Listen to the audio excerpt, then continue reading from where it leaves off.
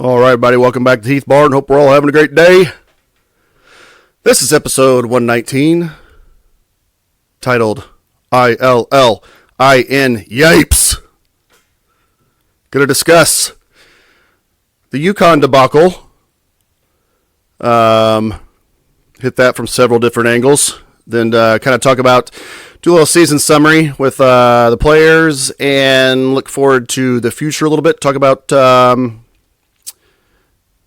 the future for the Illini program next year and so on and so forth. Talk about the frustrations of the transfer portal and how it's kind of the wild, wild west right now. And it's frustrating, but something everybody's got to deal with. So, and I just barely gripe about the Cardinals, just barely at the very end. So it's not that bad. It's not like it usually is. It's not that bad.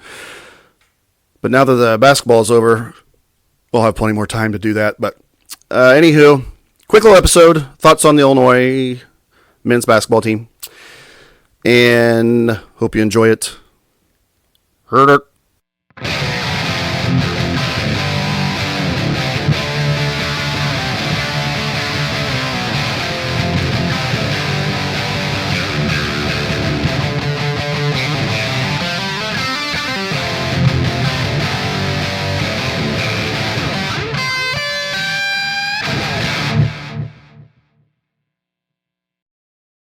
I-L-Yipes.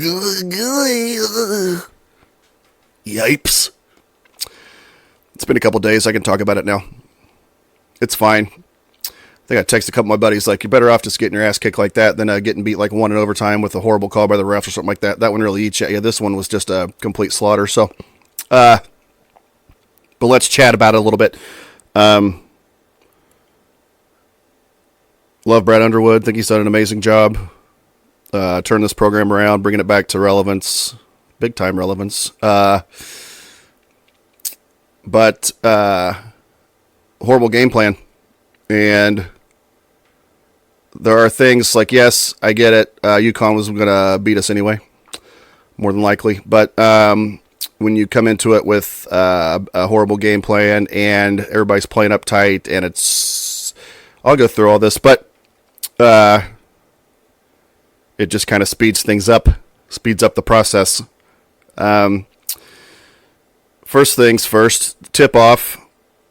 Their big guy, I'm not even going to give everybody's names or anything. I'm just going to save time. Everybody knows who he is. The big fella for them goes Coleman Hawkins. Again, as everyone that's seen him play at all, cannot guard the post one-on-one to save his life. And very first play of the game, they go inside. He scores. Right then, ought to put in Danger. Just turn around. Danger, you're in. I know where this is going because we've seen it before. I would put Danger in. I would have kept him in for more than he did, but instead he let it get to 7-0, all 7 by that big kid, and then he puts him in. But I think the most concerning thing was when they came back from a break, they had like that in-game interview, and instead of Underwood saying something along the lines of, well, he's off to a really good start, so we're going to have to make some adjustments, if we're going to be able to hang in this game, they're a great team, blah, blah, blah. Instead, he's like, what do you need to do to make adjustments? He's like, I don't know, shrink him by a foot. And then he's like, we're going to keep going at him. I don't care if he gets 100 block shots. That is, that's just, how many of us out there were like, what? Like, your season's on the line, you got a chance to go to the Final Four, this isn't working, and you're just going to keep doing it. As soon as Terrence Shannon went to the hole about 3 times, got knocked on his ass, and they didn't call anything, hey, maybe adjust to that. Quit going right at him, because they're not going to call it. And it's just, stubborn is not even the word, because it's silly. It was just silly, like a silly strategy. It frustrates me to no end that nobody either can or is willing to shoot a pull-up jumper in the lane off of 2 feet instead of taking it right at him. How many chances did we have to do that? And we just go right to the hole. But I think that's what they were told to do. Just take it right at him. That's just, oh my gosh. But everybody except Damask played tight. Damask absolutely carried Illinois in the first half. He played great, and he does all his stuff off 2 feet, so people should maybe take note of that. But yeah, I thought that was a terrible game plan. And the smartass side of me was like, "Hey, we're making it to the final 8. Let's have a big water fight." Well, hey, maybe we cut the water fight short in the locker room and let's go watch some film because we're ready to play UConn. Maybe. I get it. Good for recruiting. Look, our coach is having fun. We're having fun. We celebrate after we have big wins. Blah blah blah. I get it. But 2 days later, no bueno. So just be like, okay, good win against Iowa State. Now we're going to go play the team that has been dominating the tournament the last 2 years, so we better get to work and figure out how we're going to beat them. They're better than Illinois, I get it, but I also feel like if Illinois had a better game plan and played, played the way they're capable of, then it could have been a game. It shouldn't have been like that at all. So that's the frustrating part. Again, like at the beginning, I'm just going to go down the list here. Hawkins cannot guard the post, period. So what do we have him do? Guard the post, and he can't, and he doesn't want to. That was frustrating. Shannon they did a good job guarding him, but he was going to the hole. They usually call fouls. They weren't calling fouls. But I wish Terrence would have a few times. Yes, you're going to the hole against that guy and everything, but just pull up, shoot a little 15-footer, get going, and then next thing you know, you're starting to feel good about yourself, and then you're off and rolling like you have been. But that never happened, obviously. Damask, again, Illinois had 23 points at halftime. He had 15 of them, so he carried us. He carried them. He did great in the first half. He was the only one that was doing anything. Coleman Hawkins, again. Ty Rogers plays hard, is very athletic. If it's Illinois' fault that he can't shoot, like if they've told him not to shoot, that's in his head now, then that's shame on them because it's like, hey, we're playing UConn. Oh, and by the way, when Ty Rogers is on the floor, it's 4-on-5. So, hey, that's great. Go get him. Because he won't even look at the basket unless it's a layup. And even when he was shooting layups in that game, I don't think he was looking at the basket because he had zero confidence, missed several wide open layups, couldn't even hang on to the ball. That's just nerves or something, I guess, but a complete lack of confidence on offense. And I don't know why he is like that because he is a very, very talented player. I think that that has got to change. And again, if Illinois has contributed to that lack of confidence, that's their fault because a kid like that's gifted, there's no reason why he can't shoot the ball better than that. And I've said this before on here. I've gone back and looked at YouTube and see him in high school hitting threes and stuff. Yes, I know your confidence level is completely shot when you go from high school to college because, for one thing, you get coaches that want to break you down and start you from scratch, and you don't feel like you're the same player as you were in high school, and then you're there and everybody's good in college, and it's not like that in high school. However, there's no way in hell that a kid with as much talent as him playing in the Big Ten can't just stop, look at the basket, and shoot a wide open 15-footer with confidence. There's no excuse for not being able to do that unless something's going on there where they told him not to, or who the hell knows. But if they did, again, that's ridiculous. But I really like him, but you couldn't have him out there. You just couldn't. I don't know. So I hope it's not a case of like the yips kind of a thing because that's tough. That's something that's a big time psychological issue, and I don't know if it's that or what, but. If he comes back, I hope that he works in the off season at somebody just working with him and building back up his confidence and just starting him wherever you need to start and just teach him how to shoot the ball better. I mean, it's not if you as good as he is and as smart as he is, he can pick up on it. Just teach him how to shoot or reteach him because y'all have let him get to this. So, anywho. Couldn't have him out there. Guerrier was Guerrier, but I will say this, man. So many uncharacteristic things in that first half because, Guerrier had wide open threes. He'd pass them up, and drive in and do something all crazy. Like just everybody's playing tight except for Damask, and it was frustrating because I just feel like UConn didn't get Illinois' best shot, obviously at all, but I don't think they were prepared the way they should have been, and I don't think that, and I think maybe that contributed to them. Being a little tight, I guess. I don't know, but either way, it wasn't good. Danger, More on him later, but he didn't play enough. But like I said, he should have been there guarding that kid the whole time. As soon as that kid was on the floor, Danger should have been on the floor with him. But Goody, DGL, Moretti, Hansberry, those are like the 10. And I'll go through them all here in a little bit. But as far as that game goes, were you going to beat them? No. But it was 23-23, and Illinois hadn't played well, but they were hanging in, and you thought that you felt like, man, we've missed a lot of layups, and it's still right there. And then you blinked, and it was complete ass kicking. So, but again, I think that Illinois fans collectively went, "What are you talking about?" Whenever he had that interview, it was just like, instead of saying something along the lines of, "Well, that hasn't worked the way we thought it might, so we're going to have to make some adjustments if we want to hang in the game," things like that. Instead, he just goes the exact opposite direction. Like, well, this is what we're doing. We're going to run right at him. He blocks 100 shots. He blocks 100 shots. Okay. Well, he did, and you went home with a resounding butt kicking. So I don't know. That was surprising. And it comes down to,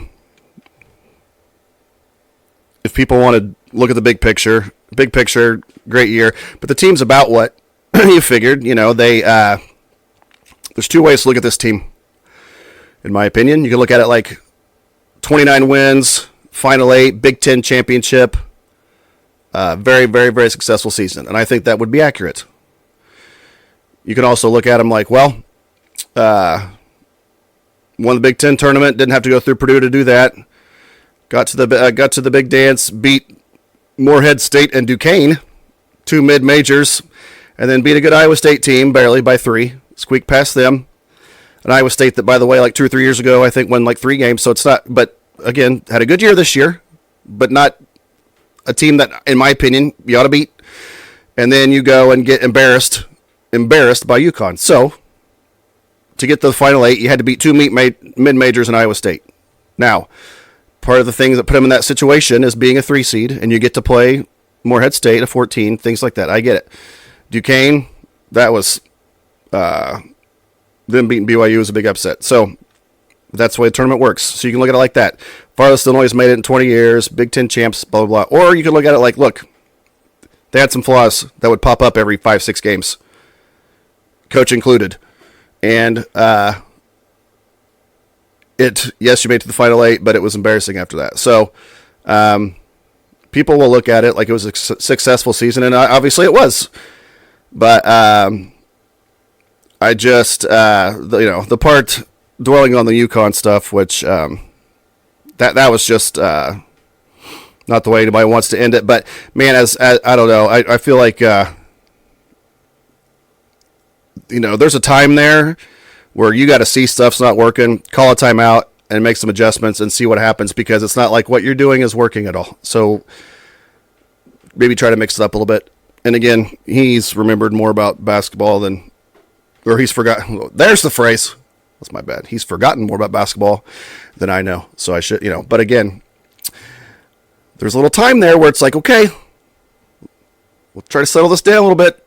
And that never happened. And it was just a freight train running right through you. So overall, successful season for the Illini. 29 wins, 9 losses, Big Ten tournament champs, made it to the Final 8. Very good. So now let's move it on to that's kind of the season recap, I should say. Now let's move it along to the future a little bit. I'm just going to go down the list of these guys. Terrence Shannon, good luck in the NBA. I think he'll make it. I think he'll. A lot of people are saying this is the worst NBA draft talent-wise in a long time, possibly ever. So he's got a chance to get drafted relatively high, I would think, depending on all the off-court crap. But I think all that should be fine. So I think he will. I've seen people saying mid-first round, something like that. So good for him. And if you're going that late, then you're probably going to go to a halfway decent team. So that's good too. Good situation for him, hopefully. But I definitely think he can play at the next level, and I think he will. And best of luck to him. Thank you for coming back. Thank you for a wonderful 2 years playing for Illinois. Marcus Damask, thank you for a wonderful 1 year of playing at Illinois. Illinois has applied for a waiver to try to get him another year because in the COVID season he only played 8 games, and so they're going to try to give him another year. I was listening to the radio today, and people think that there is virtually zero chance of that happening, but Illinois is just kind of saying, well, what the hell, and throwing up a Hail Mary and seeing if NCAA will allow it, but it makes it sound like people would be pretty shocked if they allowed Damask to, or granted him 1 more year of eligibility playing in college. So, in all likelihood, he's gone as well. It'd be amazing to have him back, my goodness. But, again, what people are saying is, Derek Piper, I should say. I mean, I was listening to that, and they made it sound like they're not even, I mean, again, virtually no chance that NCAA will approve it, but they're taking a shot anyway. So, but Marcus Damask was just one of the most pleasant surprises as far as a dude that you didn't know much about, who just ended up first team all Big Ten and just rock solid for Illinois all year. So very, very thankful that he transferred to Illinois and had such a great season. Best of luck to him as well. Coleman Hawkins, he could technically have 1 more year of college eligibility. He was interviewed after the game, basically make it sound like he's not coming back. He's going to try his luck in the NBA draft. Most people have him locked in around like a mid-second round pick. I've talked about him enough on here, but obviously he's from Illinois, played here for 4 years, so I hope he does a good job somewhere, whether it's overseas, G League, NBA, I don't know. But I think that I will say this too, the last couple games, he didn't do as much of his BS as he normally does with all the palms up crap and all that. So, there's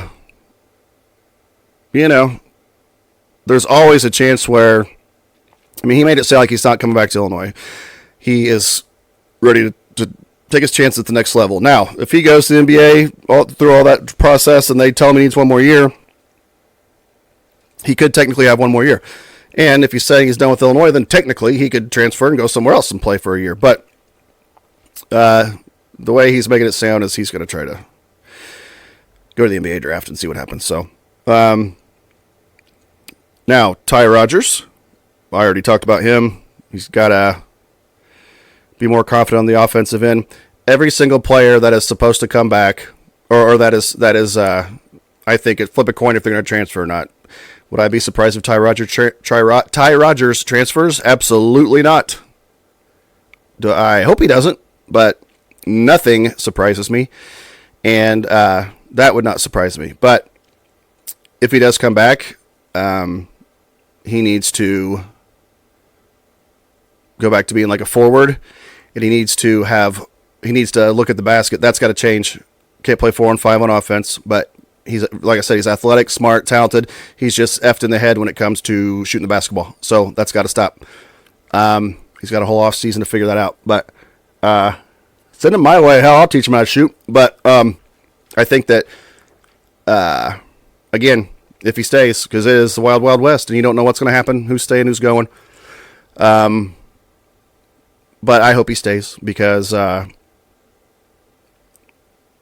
another year from him. But, man, he played tight in that tournament. I'll tell you what, he did not want the ball at all. So, Quincy Guerrier, thank you for a very productive season. Liked him a lot. A lot.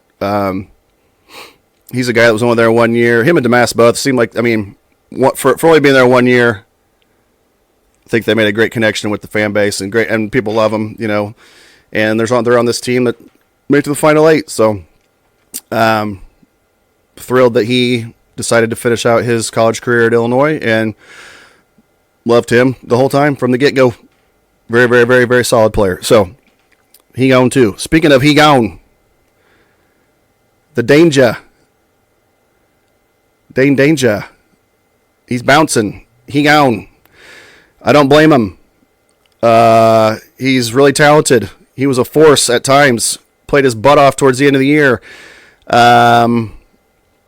Got more of a chance, but I don't blame him for leaving. Underwood didn't play him enough. You could tell at times he wasn't into it. And there's a lot of times too where if things change towards the end of the year and they're playing their butt off and they're playing hard to get more minutes, and people were like, "Oh man, he's really," don't ever. You can't. That didn't mean anything because did not take him long to put his name in that portal. He's probably known he's doing that for a long time. So, best of luck to him. I'll miss him in the post, man, because he's fun to watch down there when he gets going, and he'll be able to go somewhere and hopefully it doesn't bite us in the ass, but he'll be able to go somewhere big and be a big part of a very good team. So Dane Danger is gone. He has transferred. Luke Goody can transfer if he wants. Wouldn't be surprised if he does. Wouldn't be surprised if he stays. I like Goody a lot. Hope he comes back next year. Just solid role player. Played big in big moments. Defense got better as the season went along. His rebounding got better as the season went along. So if he stays, he'll be a big part of next year because just leadership going through stuff like that this year, because somebody will have to step up in leadership roles. All these guys that are leaving. So, and who knows who we'll get in the portal? Hopefully we'll bring in a stud or two, but we'll see. But out of these guys that are left over, if they stay, I think Goody's got good leadership qualities. I think, if Sincere Harris stays and he plays next year, I think he's a guy that, because he plays really hard, plays hard. I think he'd be fine. Ty Rogers went through a lot this year. He's, so there's guys that could have some leadership here, but again, who knows who's going, who's staying. DGL's already pretty much said he's staying, but I'll believe it when I see it. Another one, I hope he stays. I think he learned a lot this year, but he could be a big part of next year too. Some of these guys too, if that's why you never know what's going to happen with all this crap, but there's been guys that have transferred before, and I think that was more of a either seeing the writing on the wall or coaches being like, hey, you're not guaranteed a lot of playing time because of who they bring in the portal. So we'll see with all these guys. But DGL, he's obviously talented, and you could just see him. You just could see him throughout the year. All the stuff a freshman goes through, like frustrated, everything, and then pouting, frustrated, then getting in, playing hard, making a couple shots. Just, it's a whirlwind when you're that young playing. So, but he's very talented. Hope he stays. Moretti and Hansberry, who knows with either one of them, but I think Hansberry could be a solid post player. You got Merez Johnson coming in next year, who is a very high recruit. Moretti, I think, right now, if he has a good offseason, he could maybe be like a backup point guard to get you 10, 12 minutes, perhaps next year. I don't know, but I don't want to put any limits on anybody. People can change in a whole offseason, but he showed a couple flashes of being okay. So we'll see. But oh man, they brought in a guy today too already. He played for Mercer last year, averaged like 9 points, 4.5 boards. He was a freshman. He's from Indy. Shot like 39 or 40% from three last year, and he's coming in, and his name's Jake something. Somebody can put that in for me. I'm afraid if I look at it on my phone, I'll shut off the recording because I don't want to do that. But anyway, they brought him in today. He's not like a game changer or anything. I was kind of surprised. Seemed a little underwhelming to me, but maybe I'm wrong. Maybe he'll be amazing. But I guess I just wanted to bring another shooter. So, anyways, they brought in somebody from the portal today, and they lost Danger. So, and then you hear names like AJ Storr, but you're going to hear it's just like a nonstop free agency period in pro sports from now until whenever the hell the deadline is. Up until the NBA draft at least. So it's basically what it is in college basketball now. So there'll be all kinds of rumors and all kinds of things, but it's a fun time if you like that kind of stuff. But at the same time, You just don't know. Like I said, it's when we were young, it was easy to follow a team because the guys would be there for 3-4 years, and you get to know them and love them, and even up until, you think about that '05 team. Augustine 4 years, D 4 years, Luther played till he was a senior, Darren 3 years, Powell 4 years. It's like you grew. It's like you were growing with them, and you. Or when I was really little, like the Flying Illini, you got to learn these guys, and you got to learn to love. You loved them, and they were there for multiple years. Now it's like just a revolving door, so it's hard.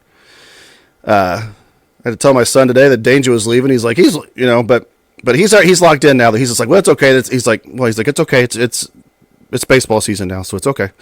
Yeah, that's how he's justifying all that. He didn't take this loss hard at all. He's just like, that's okay. Cardinals started playing. It's baseball, so he moved on. It's good.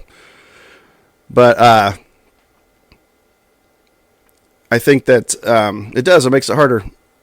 I feel bad for kids because you don't know if people are going to stay, go, whatever. You just got to kind of pledge allegiance to your team and hope they're good every year. Plus, you don't know, like right now, like who the hell would have thought a year ago that we'd make it to the Final 8 this year and would have a kid that played for Southern Illinois on our team making first team Big Ten, would have Quincy Guerrier, who played for Oregon and Syracuse, starting. You didn't know that Hawkins and Shannon were going to come back. You really didn't think Shannon was going to come back. But so, you never know what's going to happen with the way things are working now in college basketball. So, but yeah, there'll be lots of moves made. So, but overall, I think, hey, successful season, very disappointing finish.